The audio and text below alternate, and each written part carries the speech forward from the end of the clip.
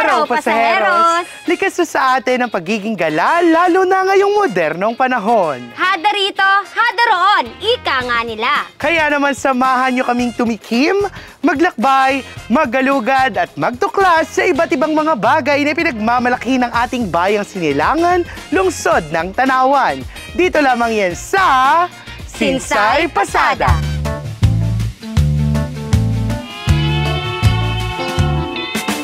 Pat, may tanong ako sa'yo, ha? Ano yan?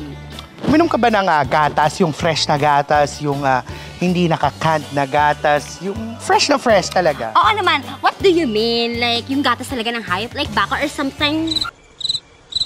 Oo, baka. At wag mo ako ma-something-something dyan. Ka-uayan mo na naman. Lagi. So, baka na naman. Di ba kakagaling lang natin ang bakahan before, yung auction market? Ayaw mo no, nakakagala ka dahil sa baka. Oo nga. Pero ano nga ba talaga ang gagawin natin for today's episode? Ayan, ngayon, bibisitahin natin ang sa Babako Tanawan at titingnan natin kung ano nga ba, paano ang proseso ng paggagatas. At atin ding bibisitahin ang DH. Ating bibisitahin ang sa Babako Tanawan at DH Farm sa Barangay Tinurek, Tanawan City. Baka na naman, ngayong ika-11 episode ng ating pagpasada, kita tingnan ang proseso ng paggagatas dine sa lungsod ng Tanawan. Ating titignan ng certified produktong Tanawan na gatas mula sa mga bakang inaalagaan sa Barangay Tinurek, Tanawan, Batangas.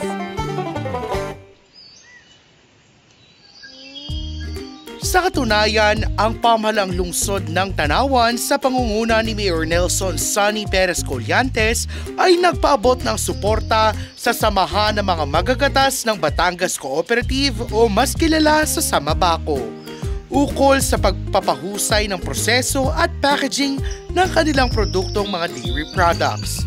Isa rin ito sa mga ginagawang hakbang ng pamahalang lungsod upang mas maipakilala ang mga lokal na produkto sa lungsod ng Tanawan. Kasalukuyang ginagawa pa lamang ang establishmento para sa processing center at dairy bar at next year, ito ay tinatayang mabubuksan na dito sa lungsod ng Tanawan. Ang Sam's Dairy ay sikat at tinatangkilik lalo na sa bayan ng Los Baños sa Laguna. Malapit sa kanilang milking pen, matatagpuan ang iba't ibang section kagaya ng sales office, milking center, bunker silo, cowshed at warehouse. Iba't ibang uri ng European breed na baka na alagang-alaga sa masustansyang sistema para rin healthy ang gatas na kanilang mailalabas. Pagkatapos ng paggagatas ng mga baka o milking process, isasawsaw ang dibdib ng baka na pinagmula ng gatas sa antiseptic para makaiwas sa bakterya or infeksyon. Sa pagpaparami naman ng baka ay gumagawa sila ng dalawang paraan. Ito nga ay ang natural breeding at artificial insemination.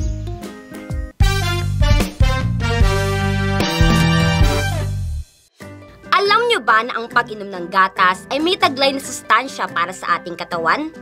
Napapanatili ng pag-inom ng gatas na maging matibay ang buto sapagkat mayaman ito sa calcium at phosphorus. Ang pag-inom ng gatas ay nakakatulong din sa pagbuo ng mga lean muscles at pagbawas ng mga fat sa ating katawan.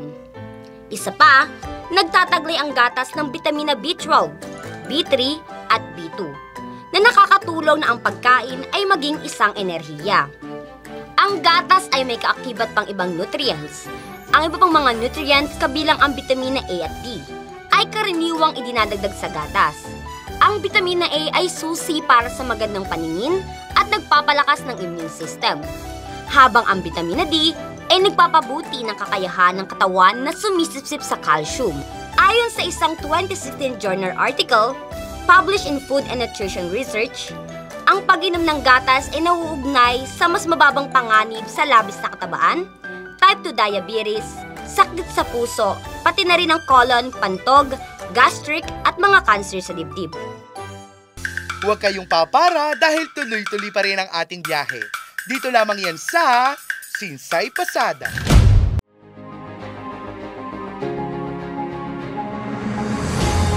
Ito na ang tunay na pagbabago para sa mas pinalawig na paghahatid impormasyon sa bawat Tanawenyo. Hatid ang napapanahong balita, good vibes and entertainment at mga pinakabagong kaganapan sa loob ng pamahalaang lungsod ng Tanawan. Narito na ang Tanawan CGTV. Hatid sa inyo ng City Government of Tanawan at ni Mayor Sunny Perez Colliantes. Mga live na programang mapapanood sa Facebook at YouTube.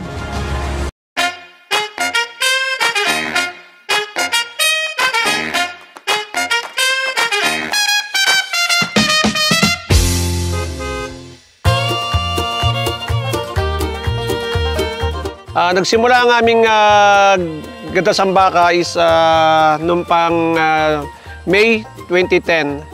At nagsimula lang kami sa tatlo. Pinahiram kami ng city government ng 2 baka. At napanak namin. And then nung mapanak namin, binayaran namin sila. And then ngayon, ang baka namin ay 186 piraso na po ngayon. At awa ng Diyos, sa aking pag-aalaga, napadagukot, naparami. Ang mga tao na gusto kong sumama sa Mabako, sa aming samahang magagatas ng Batangas Kooperatiba, ay maganda ito dahil sa maraming mga benepisyong na ibibigay ang Tanawan City Government sa pagpapaiwi, tapos yung mga bibigay ng mga gamot ng mga city vet. Binibigyan din kami ng mga kaya talagang inaalagaan kami ng Tanawan City Government. Ang dairy farm sa Pilipinas ay kakunti lang yung gatas. It's only 1% sa Pilipinas. So it's very unique and ayun, maraming possible markets na pwedeng mapuntahan ang dairy industry. Ayun, una-una yung herd management. Ang ginagawa namin doon ay minomonitor namin lagi yung health nila, yung nutrition. Nagpapatulong kami sa iba't ibang mga industry, sa dairy industry. Kumbaga, humingi kami ng mga tips kung ano pang pwedeng gawin sa kanila. At pinaka-importante dito ay panatilihing lagi malinis ang dairy farm. Kasi kung hindi malinis, nandun lahat ng mga sakit na pwedeng dalhin ng environment. Yung mga raw milk namin, binibili siya ng KKMI, which is yung Federation ng Processing Plant. Then, recently, ngayon, naggawa kami ng mga dairy products, yung mga processed milk, na ito naman ay dinadala to sa iba't ibang mga lugar kung saan nandun yung market ng dairy. Meron tayo yung fresh milk, choco milk, melon milk, at yun. Then, meron din tayong yogurt. So sa yogurt naman may mga blueberry, raspberry, strawberry, ayun, at iba-iba pa. May white cheese din. Kadiwa ni Ani at Kita. So sa government siya na tinutulungan kami magbenta ng mga products namin. Pangalawa, yung City Veterinarian Office. Sila naman yung tumutulong sa amin kapag hihingi kami ng gamot.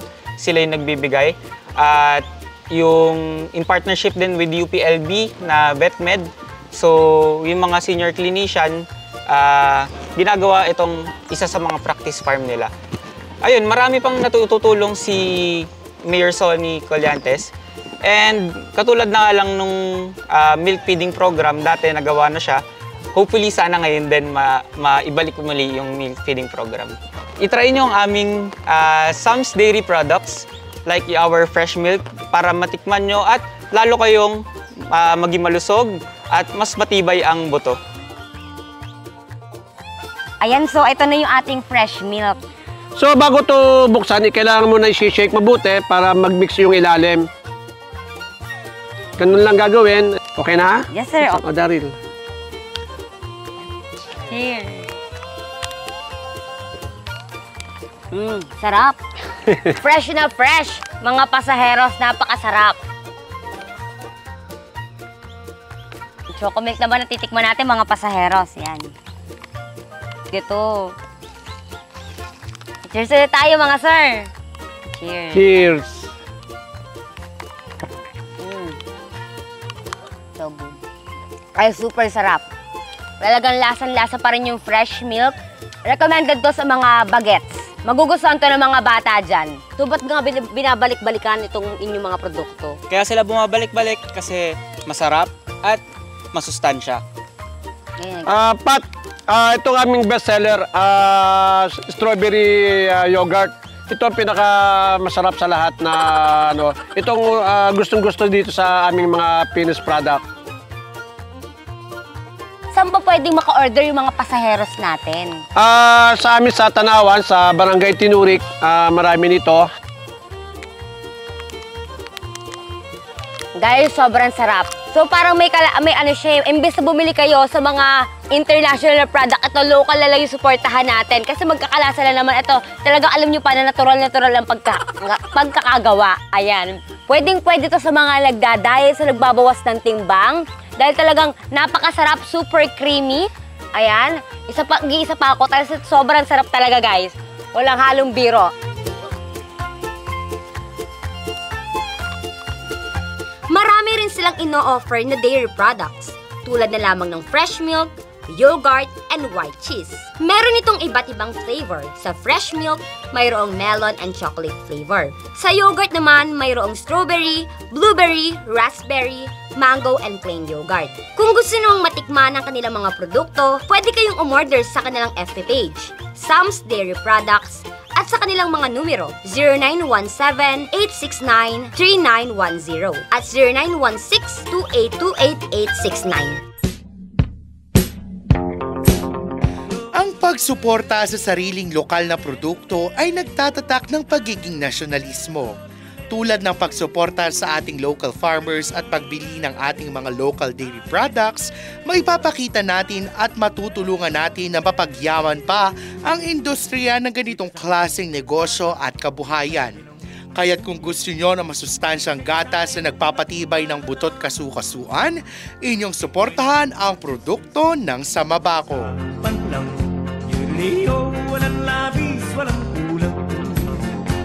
Alam mo, MJ, di ba sobrang hilig ko talaga sa gatas. Kaya super satisfying sa akin na makakita kung paano nga ba inaalagaan at pinoproseso yung mga gatas mula sa baka, di ba? Tama ka dyan. Tsaka ako, sobrang namahanga din talaga ako kasi nakakita ko, hindi lang yung common na baka na kulay puti na nakikita natin sa mga bukid-bukid. Nakakita din ako ng ibang breed ng baka. Alam mo, sana talaga mas lumago pa ang industriya ng manggagatas dito sa lungsod ng Tanawan, maging sa buong Batangas na rin, di ba? Pero dapat, bilang isang Pilipino at bilang Batanggenyo, sinusuportahan natin sila nang sa ganon, lumago yung kanilang negosyo. Tunay nga talaga may pagmamalaki ang mga produkto dito sa lungsod ng Tanawan. Tama ka dyan.